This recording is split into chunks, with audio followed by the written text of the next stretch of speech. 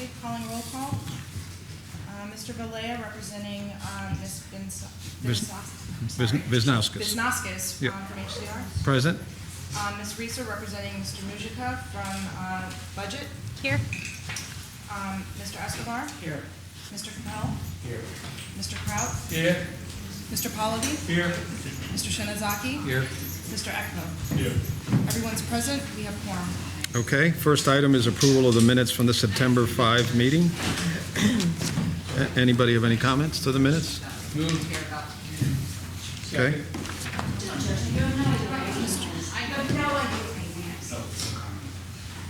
Mr. Valea. Aye. Ms. Reeser. Aye. Mr. Escobar. Yes. Mr. Capel. Yes. Mr. Kraut. Yes. Mr. Pallavi. Yes. Mr. Shinazaki. Yes. And Mr. Eckho. I will stay.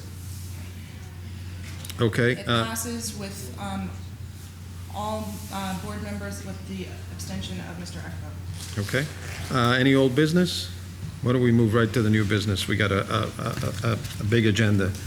The first item is an authorization of consent to assignment of lease by BSREUP UA Roosevelt Landings, let's call them for short, to Roosevelt Landing Owner Housing Development Fund Corporation as leasehold nominee for Roosevelt Landings Owner LLC beneficial tenant. I believe this was addressed at the Real Estate Advisory Committee in detail? This was addressed at the RIOC meeting. We do have representatives actually from both the buyer and seller here tonight. Just some brief comments, and then any questions I'll try to answer, or perhaps Gretchen, or perhaps the actual parties can. Our ground lease with the tenant requires our consent, which is why we're here tonight, which consent should not be unreasonably withheld. I think that we're still working out a lot of the details, so we're seeking authorization from you to move forward with this transaction and to negotiate that which needs to be negotiated. Very little needs to be negotiated on our behalf. There are certain requirements under the ground lease that we're going to adhere to. But the issues regarding affordability are subject to a regulatory agreement that HCR has been a party to negotiating. And the agreement regarding the freezing of TAP has been negotiated with Empire State Development, and I was informed today that the Board of Directors of Empire State Development passed and approved the freezing of the TEP. So that will mean that Roosevelt Islands Operating Corporation's portion of that TEP will also be frozen, and we will be required to pay 4.8% of that amount, which has been frozen until the end of the leasehold. Our CFO has completed the negotiation of the transaction payment that the seller has to pay, and we're comfortable that that is accurate. The final point that I think is relevant for Roosevelt Island Operating Corporation is set forth in the, I'll call it a term sheet, which is the letter that was forwarded by the assignee, which is that there's a commitment to put $20 to $25 million into the building, which is surely welcomed by our corporation, not only as the holder of the ground lease, but also as a tenant in some of the public spaces and retail spaces. With that said, and before, in case anybody wants, so in terms of the resolution, what the board is being asked to approve is in section 1 to consent to the assignment, right? Mm-hmm. In section 2 to agree to the preservation plan between UDC and the assignee, and the amendment to the TAP payments. Correct. Right? And 3, to authorize to the use of the property manager. Correct. Right? Those are the 3 main sort of big picture items. Correct. Right? Okay. All right. I'd like to introduce some small picture items. Yes, yeah, go ahead. Nowhere here, nor should there be here, too much mention of the actual spaces that are being used throughout those. Does the new buyer understand who has control of that stack of meeting rooms adjacent to the elevator in the senior building? I don't know the answer to your question. Do they understand that we have control of this space, which is in the senior building, Yes, and the senior center? they understand, we don't have control of the senior center, but they understand their obligations with respect to maintaining a senior center since it's in the ground lease. Well, we're supposed to have some sort of control over how people live here, and these have to do with how people live here. Do we have any indication what that $25 million is going to be spent on? I have no specific itemization regarding that. Is there anyone here who can answer my question? The only thing that I know, representatives here. Come on up. the only thing that I do know is that it was going to go for capital improvements, including facade work and other improvements to address Yep, issues in the introduce building. yourselves. Hi, how are you? I'm good today, thank you. How are you? I'm okay, thank you. I'm Amanda Rizzoe. This is Eben Allerton. We were here, I believe it was last week, presenting this deal initially. remember. So the $25 million has been reserved to do base building work as well as potential renovations, whether it's upgrading, the facade of the building, making sure that the pointing is done well, that there are no cracks in the facade, making sure that the roofs aren't leaking, making sure that the elevators are upgraded. And then we're also potentially thinking about improving the common area experience for all the tenants so that all the tenants can, let's say we have, I didn't hear you back there, but you said that there are some common area rooms adjacent to some elevators. What we've seen is maybe there's a potential to make, let's say, a lounge for the tenants or places that are currently not used, like some of the community rooms that are used for storage, but maybe some of the tenants would like to use that as a place for, either relaxing or working during the day if they're at work from home or during the weekends. So to be quite honest, because we don't own the property yet, we haven't had the opportunity to really do a full scope of what that $25 million would go towards.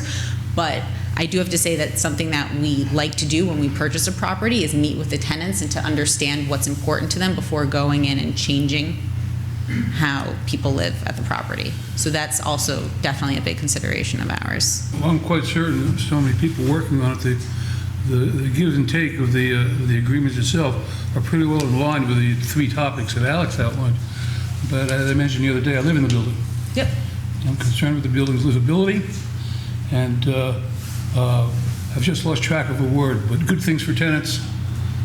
Someone help me. Amenities? Amenities. Thank you, everybody. And things like that. So that's the basis for my questions today. And I'm going to ask one more, and I'm going to let you go. Okay. If, in fact, after you've done your due diligence, you find that the capital improvements in the building are going to require more than $25 million, are you prepared to pledge that? So, to a certain extent, yes. It depends what the issue is. I can't say definite because I don't. It's a hypothetical, but we are funding that $25 million with private capital. It is not coming from any sort of state agency or any sort of government agency. It's private capital. So we are able to get, if we're able to get approval, we could potentially increase that $25 million. There's definitely a path forward if it's possible. I have no more questions. This was discussed at our October 7th meeting, Monday, and you presented there, and there was some opportunity to answer questions. One of the open items was a review of the financial transaction from RIOC's perspective, which you've told us that John has been able to complete, and it firms up the figures that were introduced at that time. We had an explanation of the affordability elements that are being preserved and being expanded, and the interest in meeting with the tenancy, and also opening lines of communication with the tenancy, so that there's a good transition and the possibility of improvements in the capital aspects of the building, the outlook of the building, and then also in the use of the building, and growing sensitivity to the community itself. Yep. So we felt satisfied, we had a sense of the committee that we were in favor of this project, with the reservations that we need to understand it in a more intricate way. This is not like some of the other issues that we've had before us, where we were actually amending a ground lease. This is an extension under an existing ground lease, and so we have a more limited purview. But with that, I would make the motion that this be brought forward. And I think from the HCR perspective, one of the big things for us is the preservation of the affordable housing, which we think is obviously incredibly important for Roosevelt Island, and so we also support the project, as Susan was saying. Anybody else? All right. I might ask, as long as you're here, if you could just review the affordable housing elements for the community. Sure, no problem. Yeah. So as you all know, or as some of you may know, Roosevelt Landings has about 1,003 units. Currently, there are about, let's say, 40 to 45%, I believe, of the property has Section 8 vouchers. A certain percentage are original tenants that were there since the Mitchell-Lama program was in place, and then there's a certain portion of the property, the remainder of the property's market rate tenants. So about 55% of the property currently pays, they're either tenants with Section 8 vouchers or pay a bit below market rent. What we're trying to do is increase affordability there at the end of the day, so that 2/3 of the property is preserved and about 1/3 of the property is market rate housing. If you want to talk about tenants that are in place today, because some questions we get are how are tenants today impacted, Section 8 tenants and the LAP tenants, the Landlord Assistance Program tenants, are not impacted. They won't know any difference, except for the fact that we will be, again, doing some capital upgrades at the property. Market rate tenants that have been paying higher rents, if you are there in place when we close and take over, your rent, so long as you are in occupancy of your unit, will go up by prescribed increases that you will know in your lease, and they will be tied to the Rent Guideline Board increases.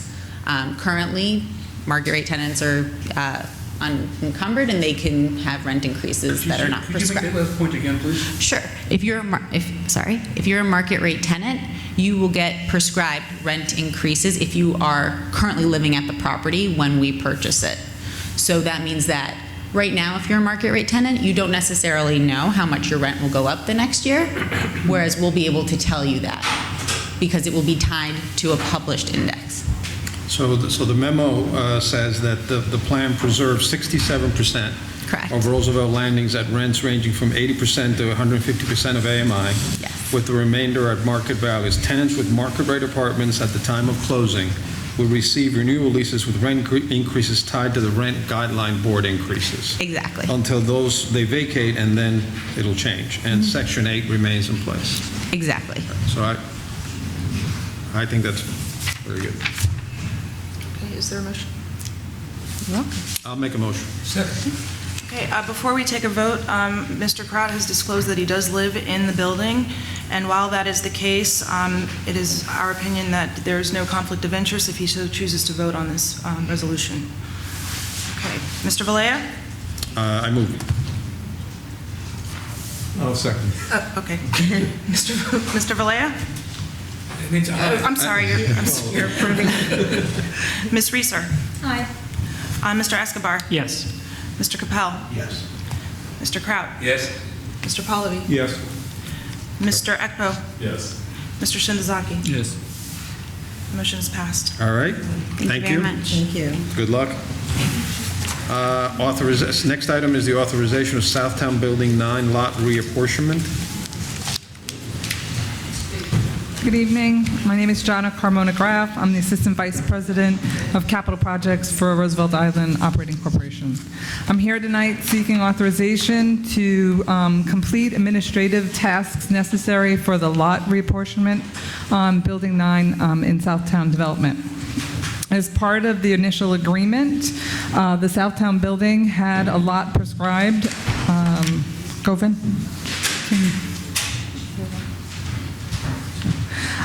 Which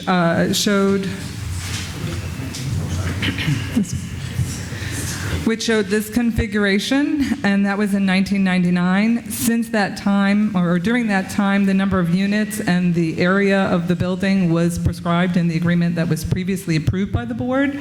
Since that time, the building's plans has been developed by Handel Architects. This is the last building in the Southtown Development Project.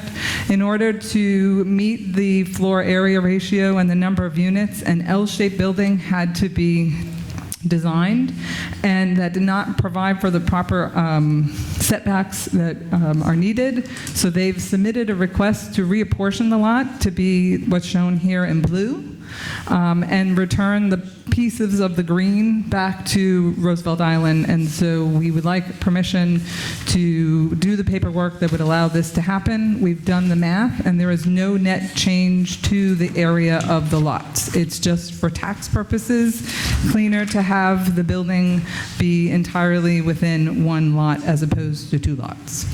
I would just like to add that the resolution that's before the board for this reapportionment only has to do with the reapportionment. Any zoning compliance issues were dealt with in previous resolutions and are not being put before the board at this time. Okay. Any comments or questions? This was also discussed at the October 7th meeting, and I believe it was a sense of the committee also that we would recommend this be moved forward. Okay. Let's move Anybody it. else? I'll move it. Second? Second. Mr. Valea? Aye. Ms. Reeser? Aye. Mr. Escobar? Yes. Mr. Capel? Yes. Mr. Pallavi? Yes. Mr. Ekpo? Yes. Mr. Shinzaki? Yes. And Mr. Mr. Kraut Kraut? votes aye. All right. Next one is amending the composition of the committees. You want to present this, Gretchen? Yes, at the last board meeting in September, there was a sentiment expressed, particularly with the new board members that have joined the board of directors, to participate in our existing committees. So at that time, a decision was made to add Mr. Capel and Mr. Escobar to two of our committees, and to remove others from other committees. The resolution that's before the board this evening is to amend the resolutions for the establishment of those committees for the Audit Committee, the Operations Advisory Committee, the Real Estate Development Advisory Committee, the Governance Committee, and we're increasing the number of members to 4 from 3. And this is a formal resolution just to memorialize what the board decided back in September. Right. And then the reason really is because we can't have a committee with as many members as the quorum for board action. Might as well be the board. So that's why some board members were asked to leave the committee to allow the new members to join. Okay. So I'll move it since. Well, thank you for the accommodation. No, it's good to have new blood. Absolutely. Okay. So I'll move it. Okay. Okay. Mr. Valea. Sorry, I did it again. I'm sorry. Ms. Reeser. You're new. You're new. I know. This is my first meeting. This should be the worst of your problems. Ms. Reeser? Aye. Mr. Escobar? Yes. Mr. Capel? Yes. Mr. Kraut? Aye. Mr. Pallavi? Yes. Mr. Ekpo? Yes. And Mr. Shinazaki? Yes. Okay. all right. It's adopted and moved. Okay, so the next one is amending a contract with Elit Green Builders for construction of the seawall railing. Yes, hi, again. I'm here to request authorization to amend the contract that we have with Elite Green Builders Corporation, who is the construction vendor who installed the C-Rails project. This project is now complete, and the request that we have is for the last change order, which was needed to do spalling repairs along the concrete wall. The pricing that was submitted by the contractor was received during the initial bid as a unit price, and all of the work was documented by the contractor in advance of completing the work. The contractor's proposal was reviewed by the Lero Group, who is our owner's rep, and found to be fair and reasonable. And we're here tonight because this value will put us over the 5% contingency amount that was authorized in previous approvals for the construction of that contract. And you did a competitive sealed bid procurement. Yes, the initial solicitation was a competitive sealed bid procurement, and the vendor who was selected was approximately $5 million less than the next bidder at that time. Wow. Okay. Motion? I'd just like to say that I think they did a fantastic job. I watched them work at least up to the north end of the island. They really did a wonderful job, very courteous in the way they dealt with the public. I also think it's commendable that they went ahead and made these additional improvements without an assurance of being paid. This is where actually we're authorizing the payment for that, for work that's already been done, as I understand it. Yes, you are. Right. Good. We discussed this in depth at the Operations Committee meeting and had motion to move it forward to the board for vote. Okay. Motion, I'll move it. Second. Okay, Ms. Reeser? Aye. Mr. Escobar? Yes. Mr. Capel? Yes. Mr. Kraut? Yes. Mr. Pallavi? Yes. Mr. Ekbo? Yes. Mr. Shinzaki? Yes. This is Okay. moved and So then approved. we'll do item 5, amending a contract with Seacrest Construction Corp. for the elevator at the aerial tramway station. Hi, good evening. My name is Prince Shah. I'm a project manager with RIOC.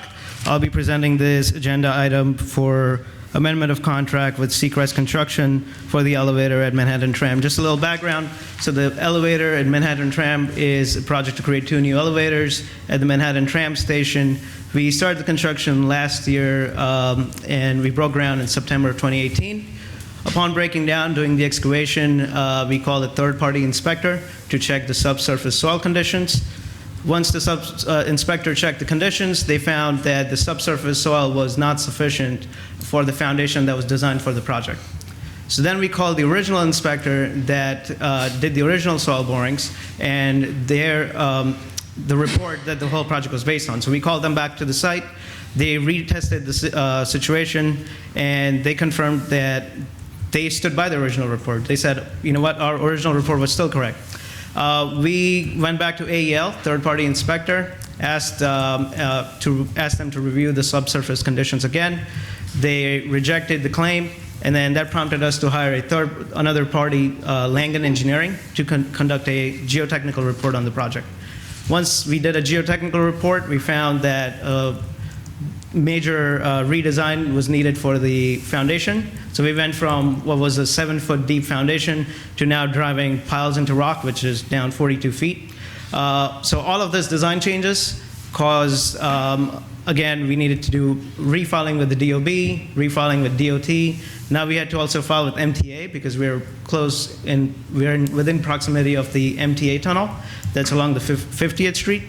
So the agenda item I have here is a contract amendment with Seacrest. Seacrest Construction Corp. is a contractor for this project. Because of the design change and because of the delays caused by the whole design change and refiling, they have submitted a change order, and that's what I'm presenting here today. Now, because there were errors in the original design, we are also concurrently, we have engaged an outside counsel to see if we can, to file for an errors and omissions claim against the architect. So this change order itself is an extension of time for the construction and also for the monies that are related to labor escalations and material costs. Okay. So we're going to try to sue the original guys here. This is We're suing them. Actually, we are. We're suing the The architects. complaint should have been filed. Oh, okay. Good. Wow. Just so clarification, with respect to the change orders, so the change order is just for the time extension, and I assume it's the general conditions extension. So you're not, so for purposes of the recoup of the redesign and the construction costs associated with that, is that being is that being priced separately and it's not part of this change order? So to answer the question, so the change order had been separated into multiple change orders. The design change, the change order that was caused due to new design was a separate change order. Part of it is included within this change order as well. But largely the change order is for labor escalation prices, because the work that was supposed to be done last year in September will now be done and moving past all the way up to end of 2020. So labor escalations, general conditions, and again, redesign of costs and materials. Right. That's what this. Which I assume is part of the suit, that is part of the other actions being taken against the original engineers. Yes. Yeah. Is the original board, we discussed this in the operations meeting, the original folks, the only reason why they were there was to certify the soil. I see. They, and as independent contractors, they were, they got to choose how many holes to bored, where they bored, and how they tested the soil, and they came back with a clean bill. After, as you've heard, multiple retesting, they found out that they did not do a sufficient job. So is that leaving them a delta of an argument to say that they shouldn't be held responsible for the redesign because all they're providing for is for the assessment of the soil? No, the redesign is a direct consequence, and as well as the other delays of their failure to sufficiently drill enough holes to certify the soil. Okay. One thing that we didn't come up in the operations committee meeting, I thought of after the meeting, was that we capitalize our staff time as well on the projects, which I didn't see included in that. So you guys are doing a whole lot more work, and your time gets billed off those projects to capitalization of personnel time that is not being recouped as a result of them not doing what they were supposed to do. That's correct. And the redesign also is included in our costs that we're seeking because had we had the correct information in the first place, we would have only paid once for the design documents. Right. Plus the consequential time from the MTA, the consequential time from Community Board 8, the consequential time from all these other repercussions because of this. So I'm just, my only concern about this is just in the sense that, just knowing how the industry works and how these suits work out is, at the end of the day, I don't have a problem approving a change order, but if there's going to be difficulty in recoupment, or believe there's going to be recoupment in striking that errors and omissions policy of any of this design, it gives me a bit of a pause because it's a substantially larger. Right, you're right. There's no guarantee that we're going to recoup anything, but we can still at least hold them accountable for the fact that they should have done a better job, and that if we just let them slide, then sends the wrong signal out in general to the construction community who are doing work on behalf of the government. Agreed. Okay. I'll move. Okay. I'll second. All right. Ms. Reeser? Aye. Mr. Escobar? Yes. Mr. Capel? Yes. Mr. Kraut? Oh, yes. Mr. Pallavi? Yes. Mr. Ekbo? Yes. Mr. Goya? Yes. Okay. It passes. Prince, I have to ask, Yeah. when are they going to start work? By end of October, you'll see shovels in the ground, excavators in the ground, not shovels. They'll be there end of October. Thank you. You're welcome. All right, next item is it just a presentation on Blackwell Park construction, no resolution? Correct, you skipped Did I number skip 6. 6. Oh, Lighthouse. Yes. Sorry. Stantec Consulting Services, design services for Lighthouse Park project. Yes, we are seeking authorization to enter into a design service contract with Stantec Engineering. We issued an open RFP to multiple firms, including landscape architects, and engineers, to provide design services for an $11 million improvement at Lighthouse Park parking lots, which is 3.5 acres adjacent to the Kohler Hospital. We obtained 21 proposals, which were diligently reviewed, and interviewed 6 firms, which had a score in their proposal rankings of 85% or higher.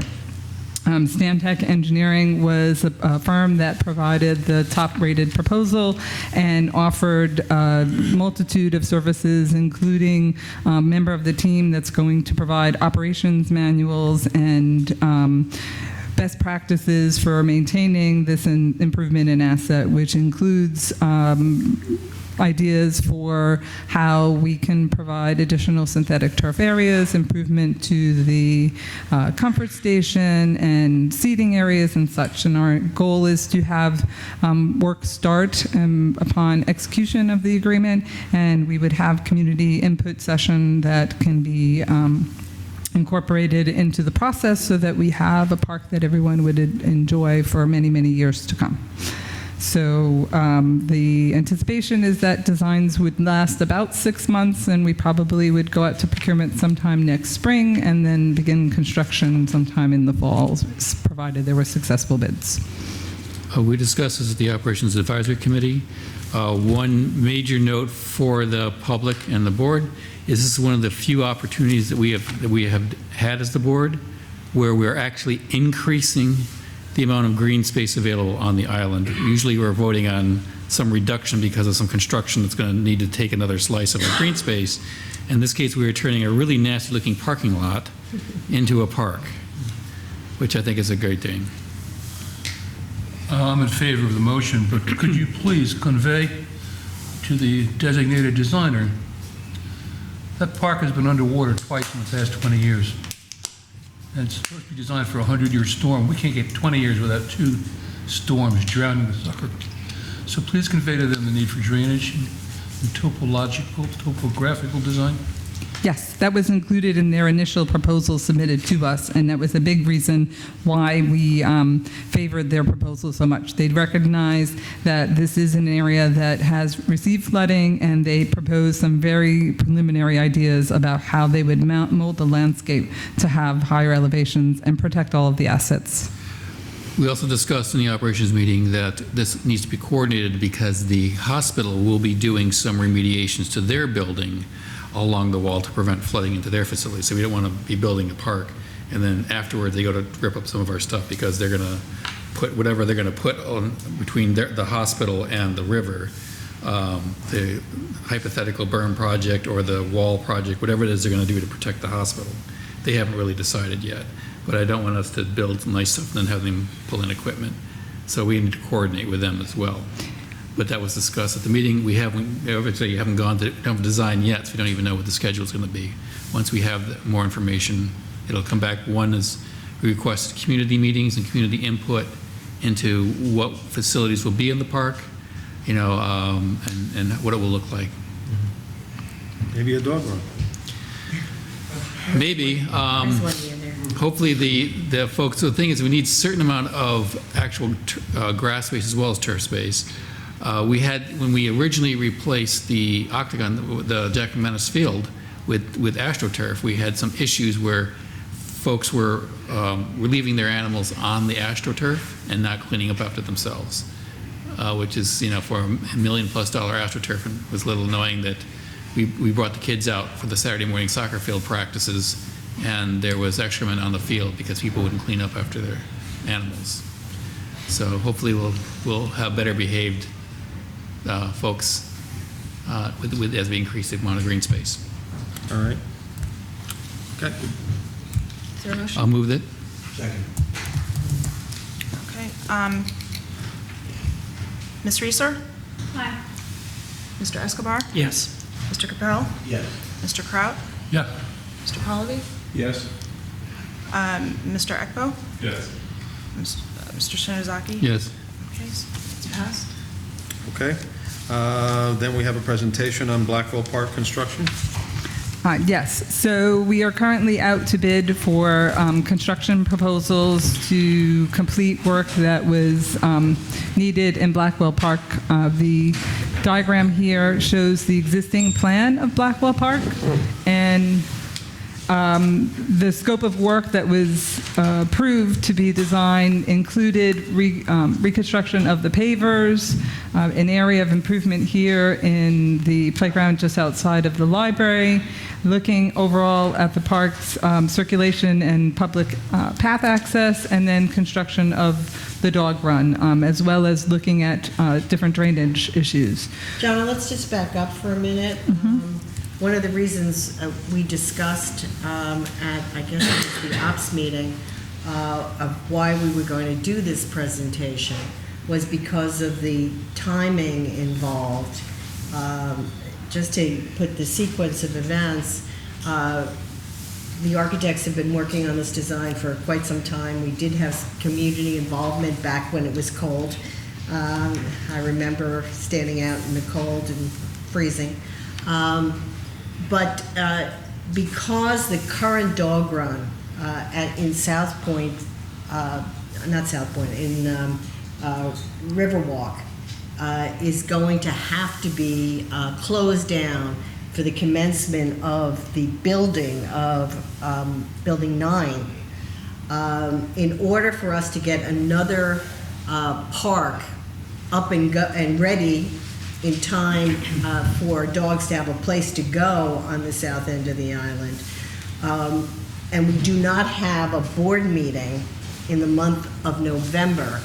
It was suggested that we would do this presentation because we're not going to be able to come to you in December, which would be the next board meeting, with the winning contractor for the construction of this dog run in time to get the dog run up and running when we have to close the other dog run because of Building 9. Therefore, it was suggested that perhaps we could do this presentation, show the board what is now included in the RFP. When are the bids expected to be On the submitted? 31st. October 31st. October 31st. And we have, for the new board members, we have in the past come to you for ratification in certain circumstances as opposed to seeking pre-approval. We try not to do that, but if in fact we want to have a dog run ready, this would require us to come to you for ratification at a later date. We didn't want to do that without presenting this to you now.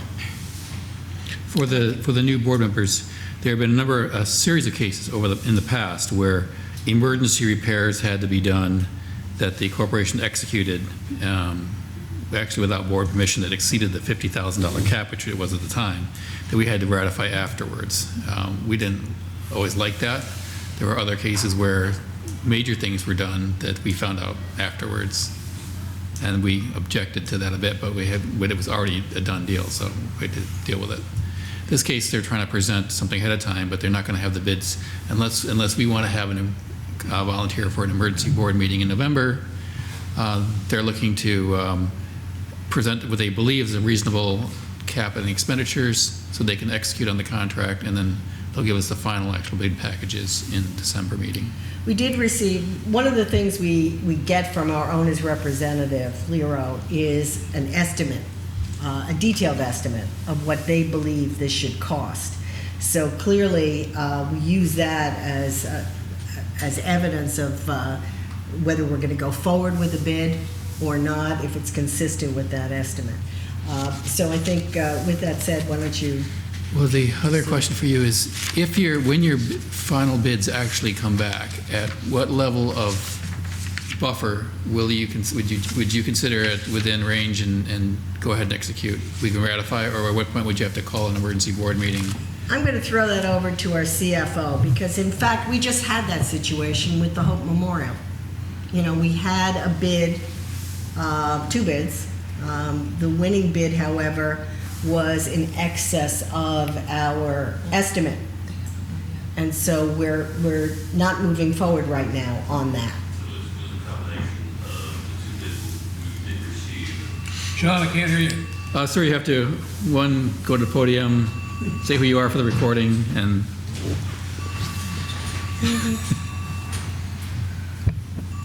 We only received 2 bids. Yeah, well, let's not, you know what, Gretchen just reminded us we're in a restricted period Yes, we on haven't, that. we haven't given an So, award yet. John, don't go anywhere. With respect to Michael's question, is there, do you have some guidance, guidelines that if we have an estimate from Lero and we get a rating committee that approves or chooses a bid and it is not necessarily, is there a percentage that you look to for how close it is to that estimate? You really don't look at at a percentage. You just try to look to see, compare the scope that's being bid and identify where in the scope you may have gaps or inconsistencies between what Lero gave us and what was actually bid on. If you can identify what those differences are, where those issues or gaps lay, then you can either reconcile them and say, make a business decision and say we're going to move that forward.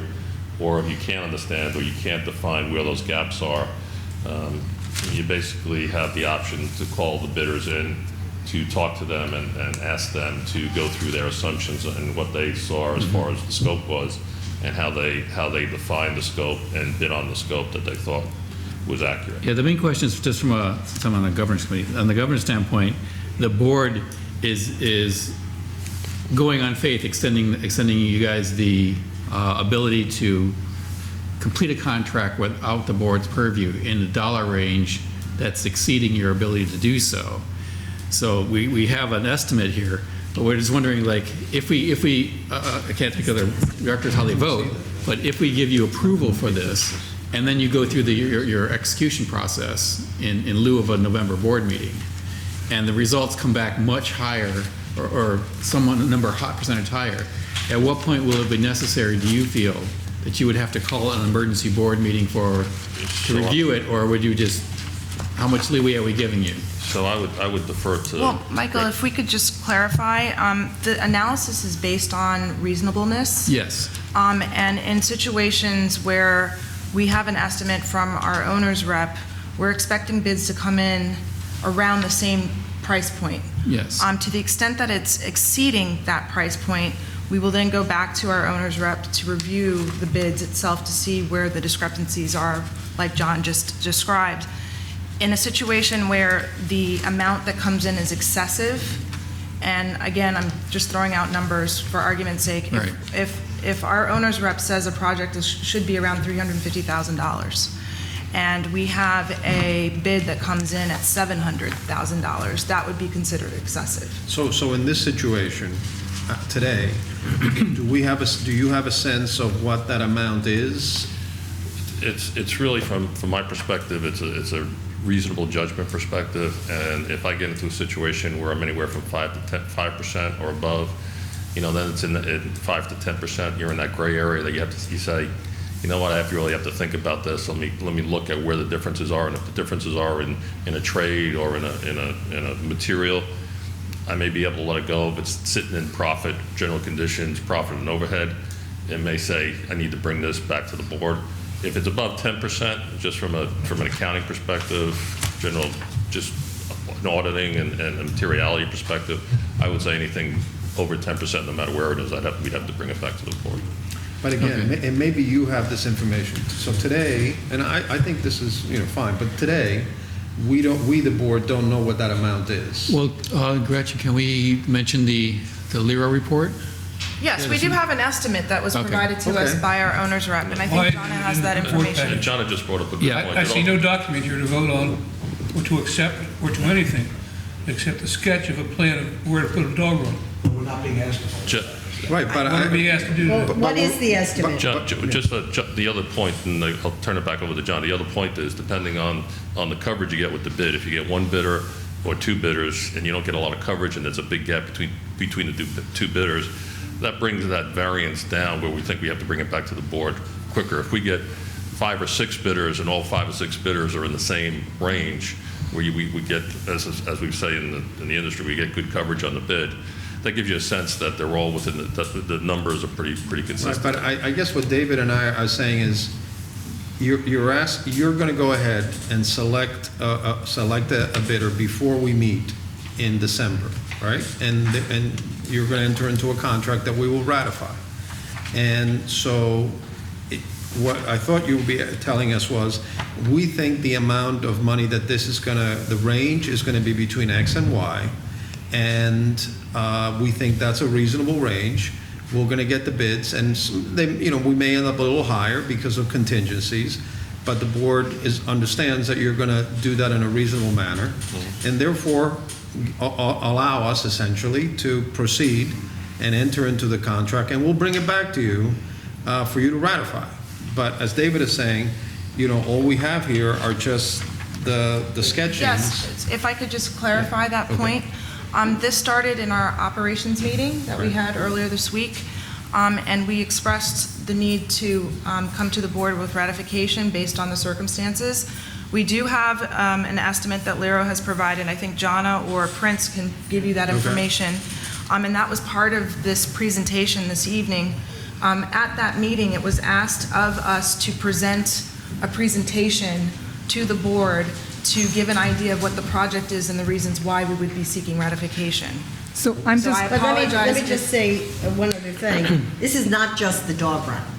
Phase one, it Correct, sounds yeah. like everybody's talking about it as if that's what this Well- project is. So- It's the dog run and new pavers in in front of Blackwell House, as well as reconnecting the fountain at Blackwell House. But I'll let you yeah, I'd like to go say, into the details. I Yeah. just didn't want everybody's talking about a dog run. Well, no, It's yeah. not just What's, the dog run. what we discussed in the operation meeting was what's driving the project is all those other things.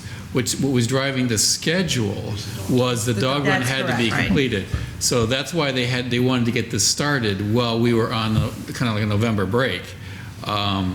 The alternatives, and that's why we're wondering, if we're going to have a good faith as the board and saying, okay, you've done your due diligence with the owner's rep and they've come back with a number, and then but you're getting all these bids, reviewing these bids, we're not going to see that. So at what point, when they are independently reviewing these bids, are they going to see some number and say, at this threshold, 10% over the owner's estimate, then they're going to have to either call an emergency board meeting to have us look at just that item, or not. How much room are we giving them to negotiate and approve on their own? We're just approving in concept. so if I may, Okay. one of the reasons that we are being vague is that this solicitation is available to the public, and this is a public meeting. That's And why I so was to asked her remain about giving competitive with the pricing proposals that we're going to receive, We could go into we can go into executive executive for that. session and have that discussion. To discuss the estimate. If you wanted to Because talk about we don't pricing. want it to impact on the bids. Can I just jump in for a second? Go ahead. Whatever the estimate is, it is. We hired this fellow as our representative, we trust him, we trust John. I think my own feeling is that, I have confidence in them, that if it doesn't come in within 10% of the estimate, that they'll come back to us. If not, I think we should let them move ahead. That was the basic question, so at what percentage range? I think 10% is a reasonable contingency. So, yeah, so what they issue now for both the recording audiences, we have a number X that the owner's rep has proposed, and we don't want to influence the bidding. So I guess if your bid packages come back and it's more than like 10% over that owner's estimate, then the question will be is, do we need an emergency board meeting to get your project underway that you can call? And if it's within that 10%, then go ahead and do it based on the design and the owner's estimate. So since we don't want to have an emergency board meeting for something like this, is 10% the right number? We don't. Fine with me. No, I'm saying, should it be I a don't- little higher? That's open to the board. What do you guys think is a good risk I reserve? think it's a dumb idea from the go. Yeah, I mean- It's just a goddamn dog run. No, it's not just the dog runs, the pavers and everything else. Okay, all right, all right. But Mike, That was explained. but if after they've leveled all the bids, and they've leveled all the bids, and all the bids are leveled, and they're pretty much around the same area, even if it's maybe above, I guess your concern is that if it's above whatever the estimate might be, that it's unreasonable to think they should go ahead and proceed. And I guess in my perspective is that if you've leveled the bids and the bids come in at this general consensus of what the amount should be, you're not, even if it's above the excess amount of what the original estimate should be, you're not going to be able to go back out to the market and get closer to that. No, the real issue, because what we're being asked for today, the real issue for us is not the dollar value. Right. The real issue for the board right now is we are granting the corporation authorization and leeway on faith that they are going to do that leveling correctly, and that this number, whatever this number X is, that we're going to allow them to continue without additional board approval, without seeing the actual number. John just said that he wouldn't feel comfortable, he felt he wouldn't feel it's necessary to come back to us if it was more than 10%. So why don't we go with, so why don't we go, 10%. right, so why don't we go with the 10%? So if it's more than The chair 10. will permit, when do we discuss the location of the dog run on the show? There was a mention made earlier today of the fact that some people think it's a bad idea to put it there. I'm beginning to think it's a bad idea to put it there. My kids played on the playground, they don't anymore. It's directly adjacent to a playground, directly adjacent to a basketball court, and directly adjacent to the building I live in, even though this is all for the benefit of Southtown. That's a design question. We can talk with the folks. Yeah, well, we're not going to get a chance to discuss it because we're all Yeah. planning how we're going to finance it. Okay. Well, why don't you present it? Yes. So the Phase 1 project is going to address the pavers within the plaza and the sidewalk conditions, which are severely deteriorated, have numerous trip hazards, and really should be remedied as quickly as possible. It's going to reconstruct this path here, which will connect to the ADA path that was built as part of the Blackwell House project, and it's going to construct the dog run here in this location.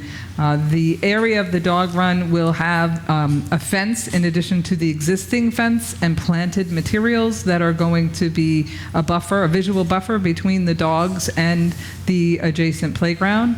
We will have a vestibule that has a spring-loaded gate here that allows for access both through the park and from the promenade, and a second gate here, which is spring-loaded, that will allow for the small dogs to come into this area of the run and the large dogs to come into this area of the run. And that path in the middle is ADA. And The path in the middle is ADA. There will be an ADA path so someone in a wheelchair can get to this area here and here within the small and large dog runs.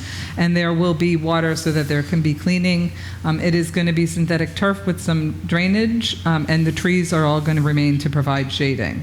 The second phase of the project, which is still in design development and will be finalized later this year, is going to provide improvements to the path. We're looking at a larger play area here and improvements to the drainage in the basketball court. So there will be some work here that will provide a greater distance, but we just have not finalized those designs yet.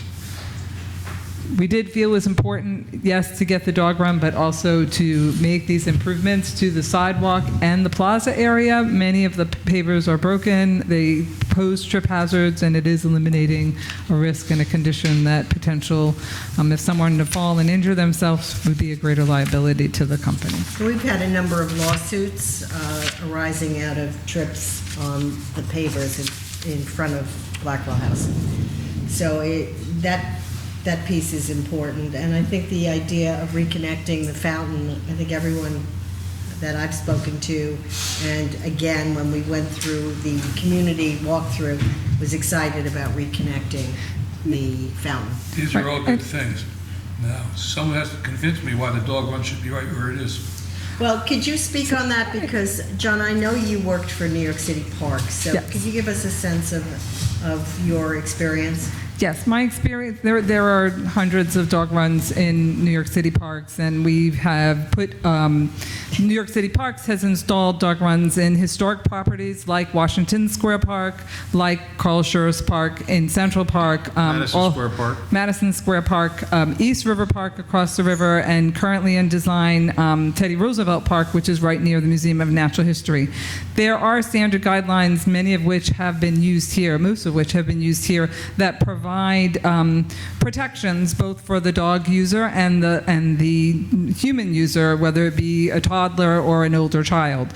Those cues are to provide the self-locking spring gates, to provide vegetative matters, whether it be shrubs that can then be denser to separate the dogs and the humans a little better visually, to provide the vestibule that is self-locking, to separate the large and the dog run and small dogs so that you are protecting both the dog and the walker. How does the separation that we have here compare with the separation in these other New York City parks that you mentioned? It's consistent with the guidelines that have been used throughout the city and But in all the boroughs. did the guidelines say there should be X amount of separation, or It doesn't prescribe, it's best practices. There aren't guidelines, I'll rephrase that. It's best practices. It doesn't provide that there be specific dimensions. You want to have an area that in the vestibule that's at least 100 square feet or so that if a dog happens to come out of the pen and is not on leash yet, they can be protected. That Rachel raised.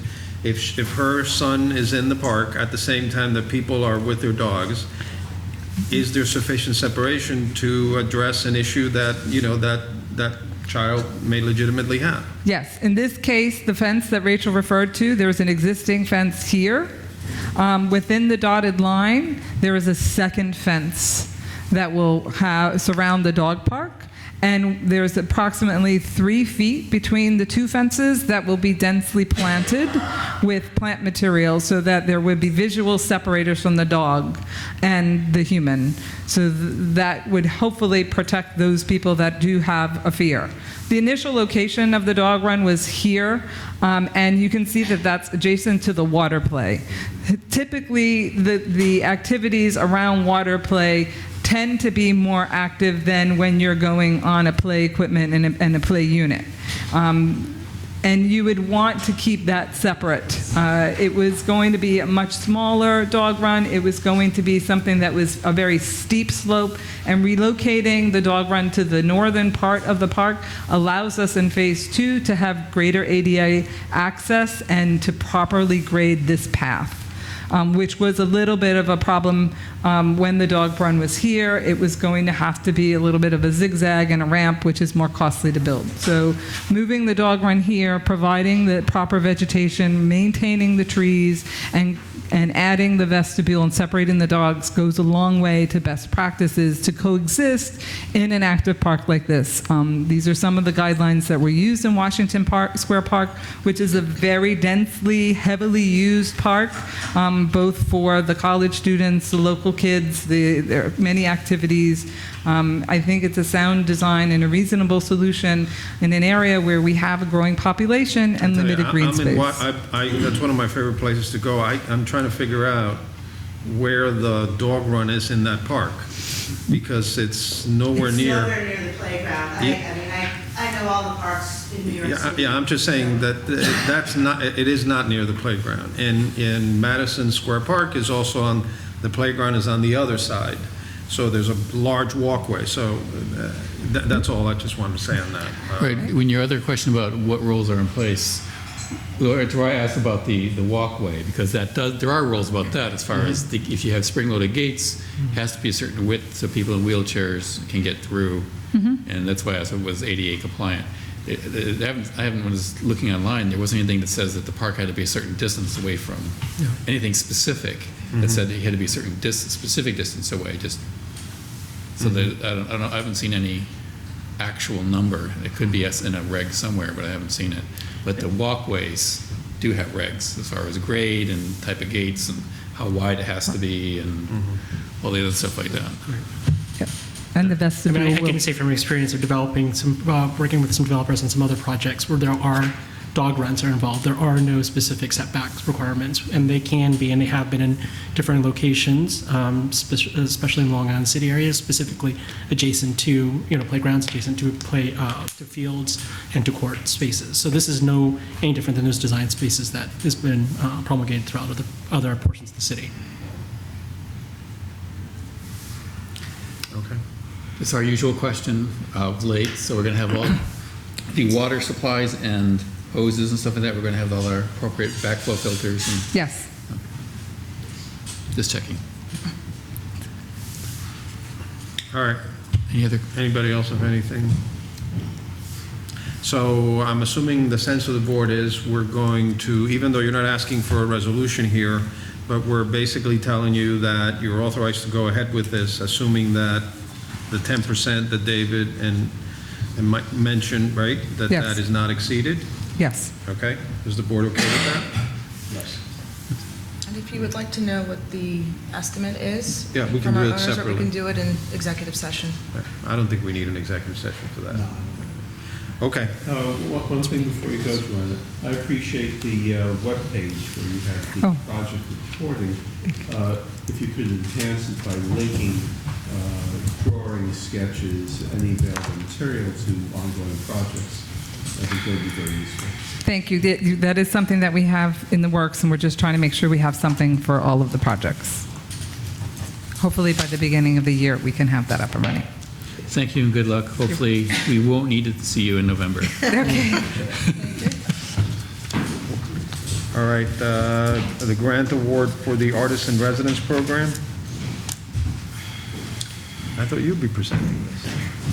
He's a grant man. But you're the artist This has in to- residence. My son, yes, but not me.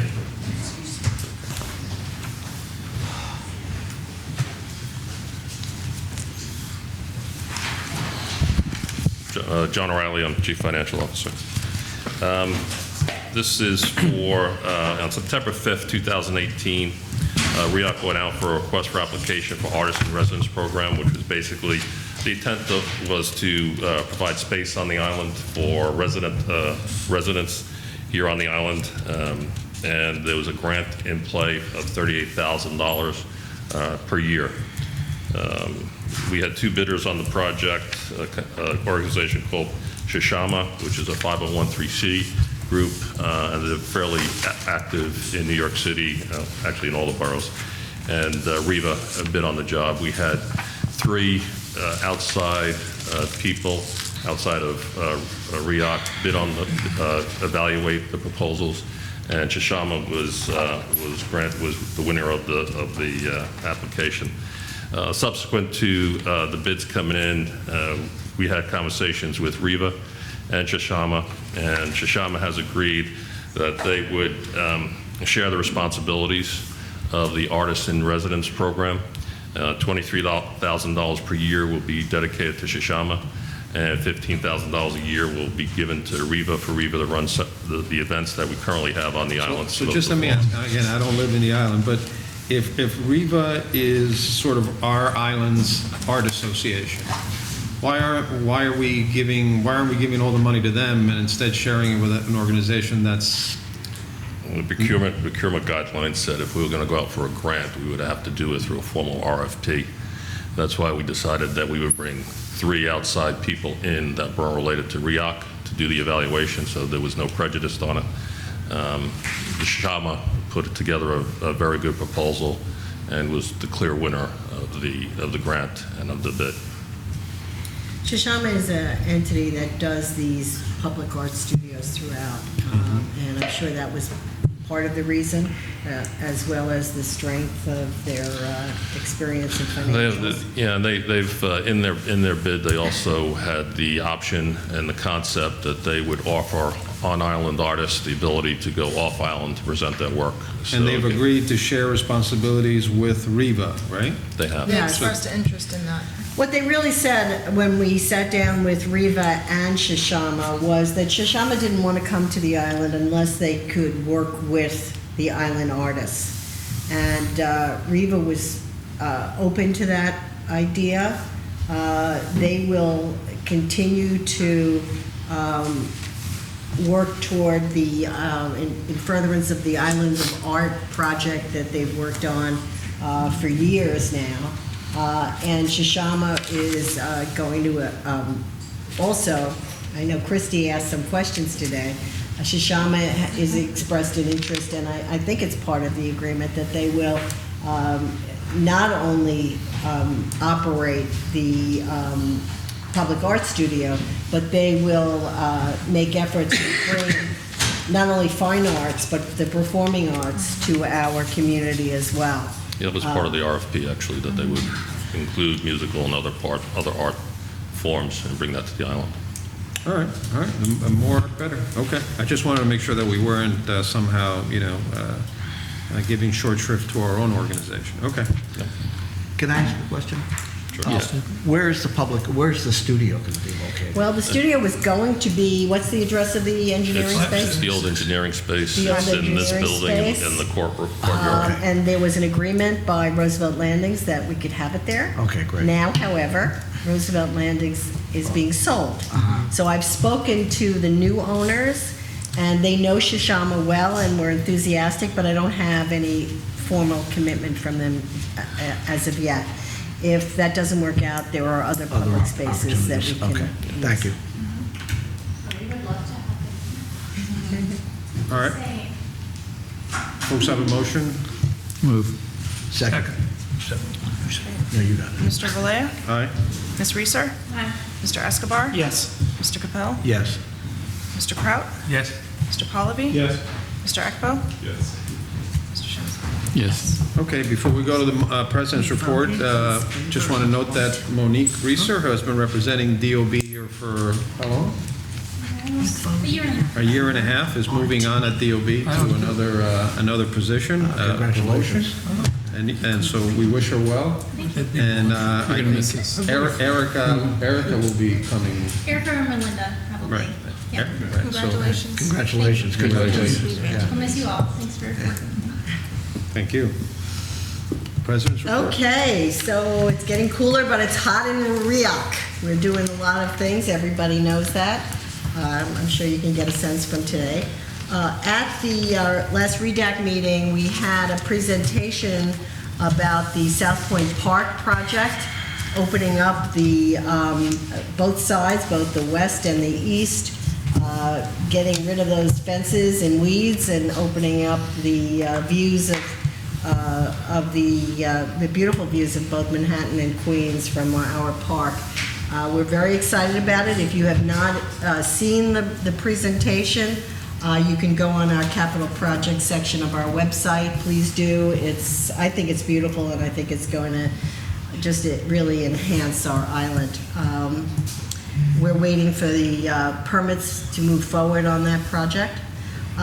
Judy Birdie's not here, thank goodness, because I can't tell you when Blackwell House is going to open.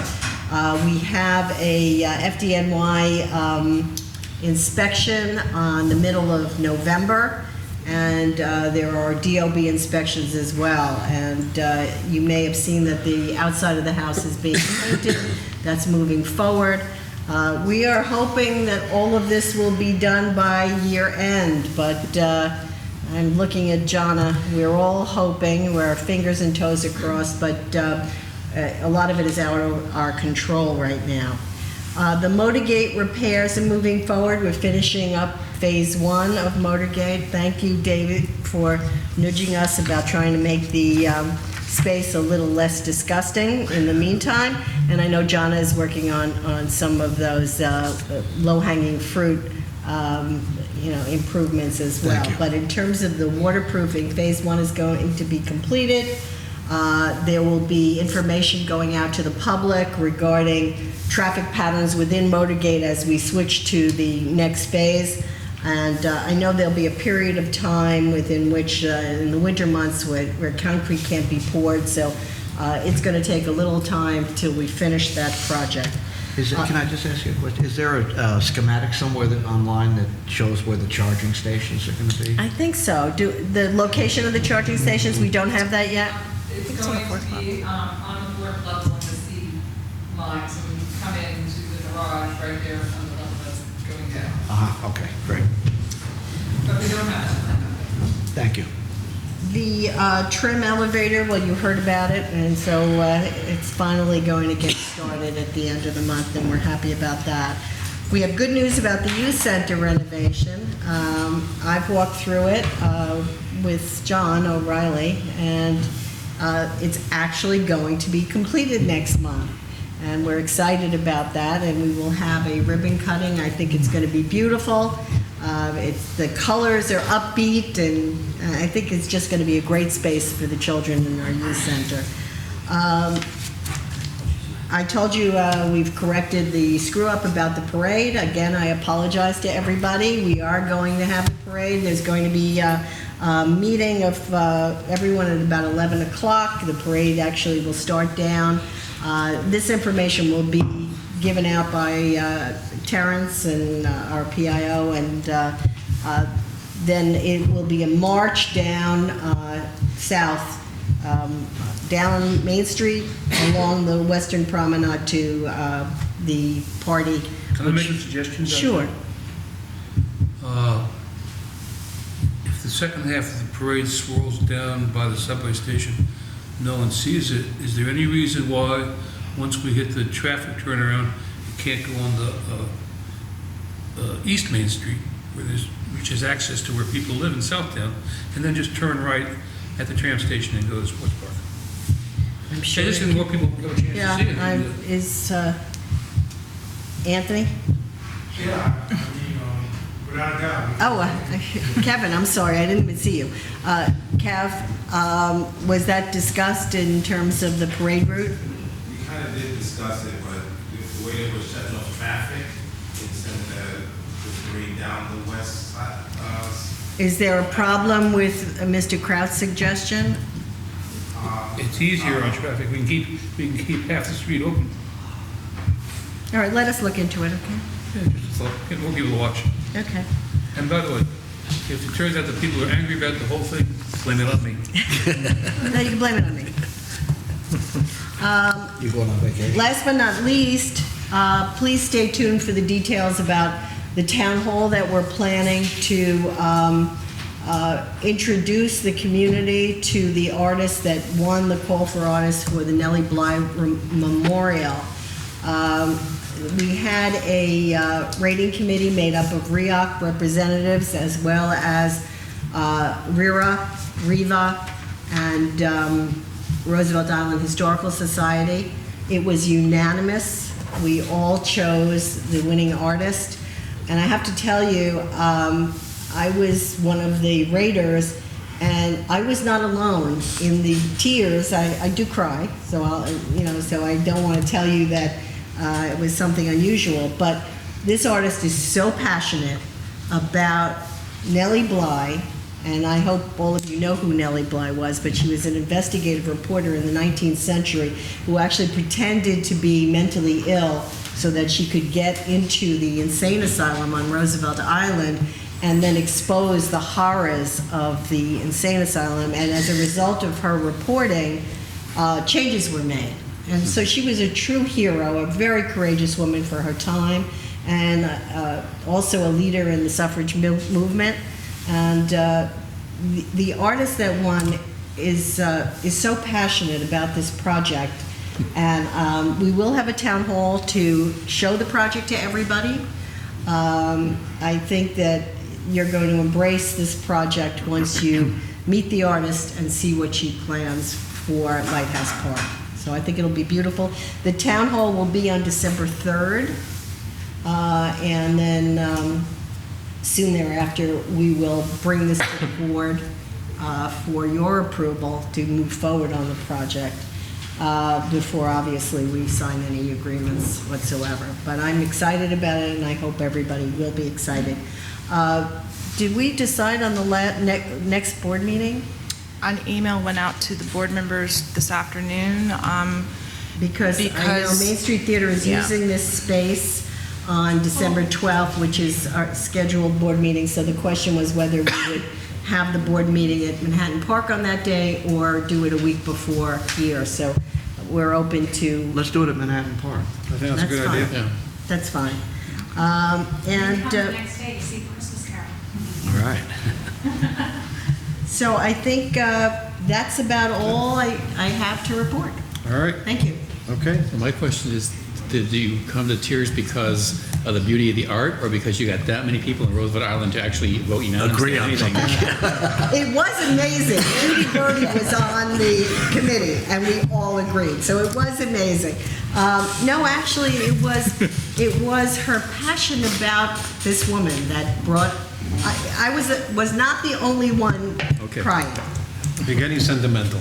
Yeah, maybe in my old age. Well, I didn't add that. I didn't I've say actually read Nellie Bly's memoir. What? I've actually read Nellie Bly's book about this. It's an important document in our history. Do we have a motion to adjourn? We have to take committee reports. Oh, committee On the reports, agenda. sorry. I know you Warrant got, committee did not meet. all right, We will have a meeting before the December 12th. For the budget.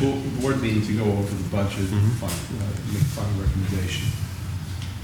operations? Operations Committee meeting met on the 15th, discussed most of the items on the board agenda today. The recordings should be available shortly. Let me guess, the governance committee did not meet. The Governance Committee did not meet, but we will have gotta to get- plan a meeting because we have the House and Senate just passed the change of our status from the unconsolidated laws to consolidated laws. If there's any issues, we have to review that document. I'll tell you what, I reviewed that, and that is, there were really no changes. It's an odd bill. It changes everything by simply moving you in the McKinneys, but it made just 2 cosmetic changes. Well, but the issue is that since it's a change to the corporate status, we should review it in the Governance No, we Committee should. and You should, see but if they officially say there's nothing that really impacts us and bring it before the board. now? No. Nope. We will No, discuss. David, no. No, but we will. The Real Estate Development Advisory Committee did meet on the 7th, and some of the items were brought forward to this meeting. Okay. All right, now we move. Move. Second. Okay. Mr. Escobar? Yes. Ms. Reeser? Yes. Mr. Capel? Yes. Mr. Crott? Yes. Mr. Pallavi? Yes. Mr. Ekbo? Yes. Mr. Shinazaki? Yes. Mr. Valia? Yes. Okay. We are adjourned.